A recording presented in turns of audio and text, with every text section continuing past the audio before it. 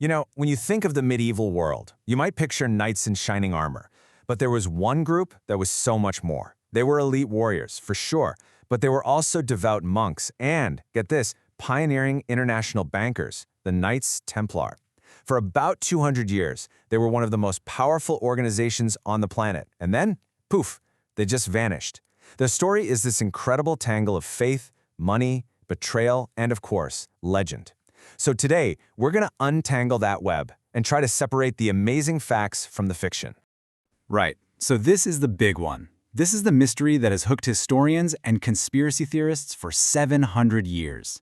It's this wild story of a meteoric rise, followed by a sudden, brutal, and totally shocking collapse.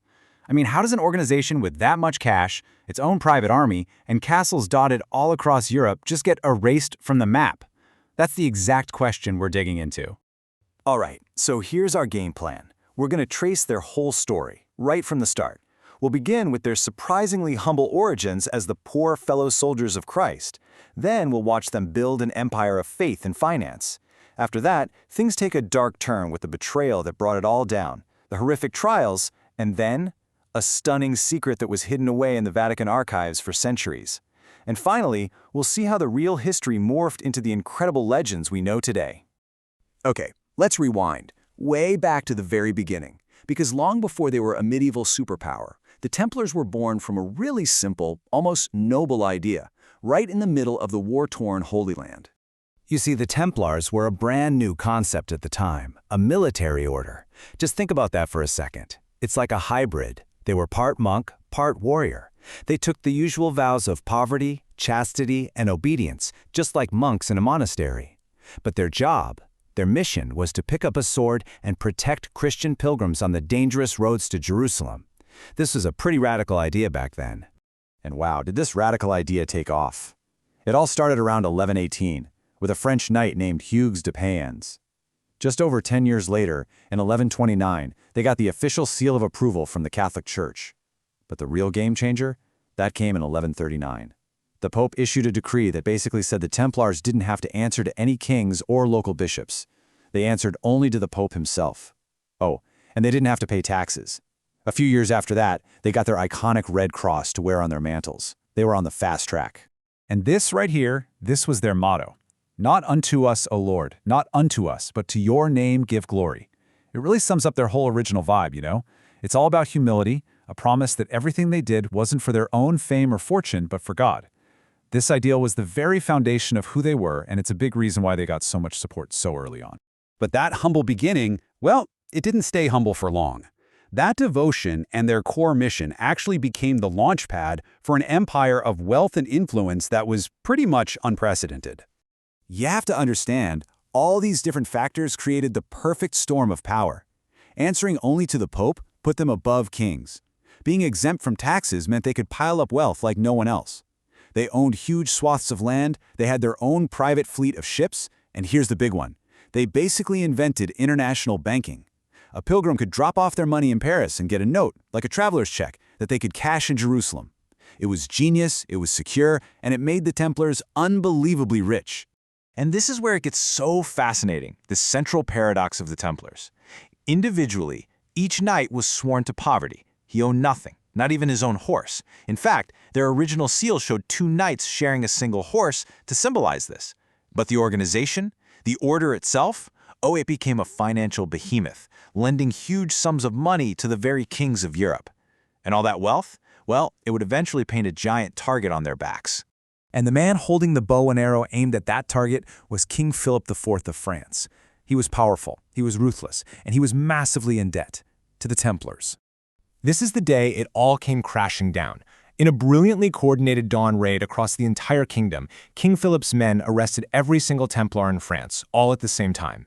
The Grand Master himself, Jacques de Molay, was captured in Paris. The operation was so shocking, so infamous, that many people believe this is the real origin of the whole unlucky Friday the 13th superstition. Now, to justify something this drastic, Philip needed some serious charges, and he delivered. He unleashed this torrent of accusations that were designed to be as shocking as possible. He accused them of heresy, of denying Christ, of spitting on the cross during their secret initiations. He even threw in accusations of worshiping a demonic idol named Baphomet. This was a medieval smear campaign designed to completely destroy their reputation. And once the Templars were all locked away in dungeons, the full, brutal machine of the medieval Inquisition was turned against them. The goal? Force confessions, and prove that all these wild charges were true.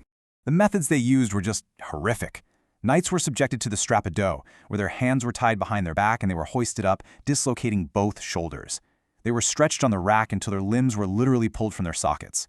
Their feet were greased with fat and roasted over open flames. Under that kind of unimaginable pain, of course many of them confessed. They would have confessed to anything. But here's the thing. Some of them found the courage to fight back. After being tortured into confessing, dozens of knights actually recanted. They took back their confessions and insisted they were innocent. King Philip's response was swift and absolutely chilling. On May 12, 1310, he had 54 of those Templars burned at the stake. It was a terrifying message to every other Templar. Tell the truth, and this is what happens to you. So the Templars were condemned. Their order was wiped out, their leaders executed, and for centuries that was pretty much the end of the story. Case closed. But then, in 2001, a researcher digging through the Vatican's own secret archives found something. Something that turned everything we thought we knew completely on its head. Look, we know what King Philip wanted everyone to believe, but here's the real question, the one that really matters. What did the Pope think? Did Pope Clement V, the head of the entire church, really believe that his own elite fighting force, his special agents, were a bunch of heretics? This is it, the Chinon Parchment. It had been misfiled for almost 700 years until a historian stumbled upon it. And what is it? It's the official record of the Pope's own secret investigation into the Templar leadership, which took place way back in 1308, a full year after the arrests. And what it says is absolutely staggering. This quote is talking about the Grand Master Jacques de Molay himself. It says the Pope's own investigators, after hearing the Templar leaders' side of the story, formally pardoned them. They granted them absolution. They basically said, okay, we've heard you, and we're bringing you back into the church. In the eyes of the Pope's men, they were not heretics. So what the heck happened? If the Pope's own investigation cleared them, why was the order destroyed? Well, it all came down to pure hardball politics. Pope Clement was in a tough spot, and King Philip had him backed into a corner. So even though he knew the Templar leaders weren't heretics, the Pope caved to the pressure. In 1312, he officially dissolved the order, not because they were guilty, but basically to make the whole scandal go away and avoid a massive conflict with the powerful French king. And you know, it's this incredibly unjust and mysterious ending that is the very reason the Templars didn't just fade away into some dusty history book. Instead, their story exploded into legend. I mean, think about it. When an organization that powerful, that rich, and that secretive gets wiped out overnight, it leaves a huge vacuum, and stories just rush in to fill that void. Suddenly, the Templars become the secret guardians of the Holy Grail, or they escaped with a massive fleet full of treasure, or they went underground and secretly founded the Freemasons.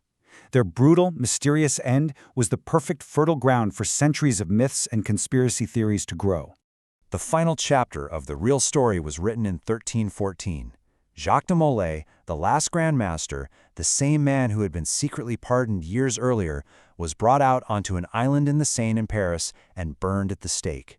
And as the story goes, as the flames licked up around him, he cursed both King Philip and Pope Clement, summoning them to face God's judgment. And whether you believe in curses or not, it's a fact that both men were dead within a year. You know, the story of the Templars, and especially the rediscovery of that Chinon Parchment, leaves us with this one final, fascinating thought. For 700 years, the entire world believed one version of events, while the truth was literally sitting on a forgotten piece of parchment in an archive. It really makes you wonder, what other huge secrets, what other truths that could completely rewrite a piece of history we think we know, are just sitting out there, waiting to be found?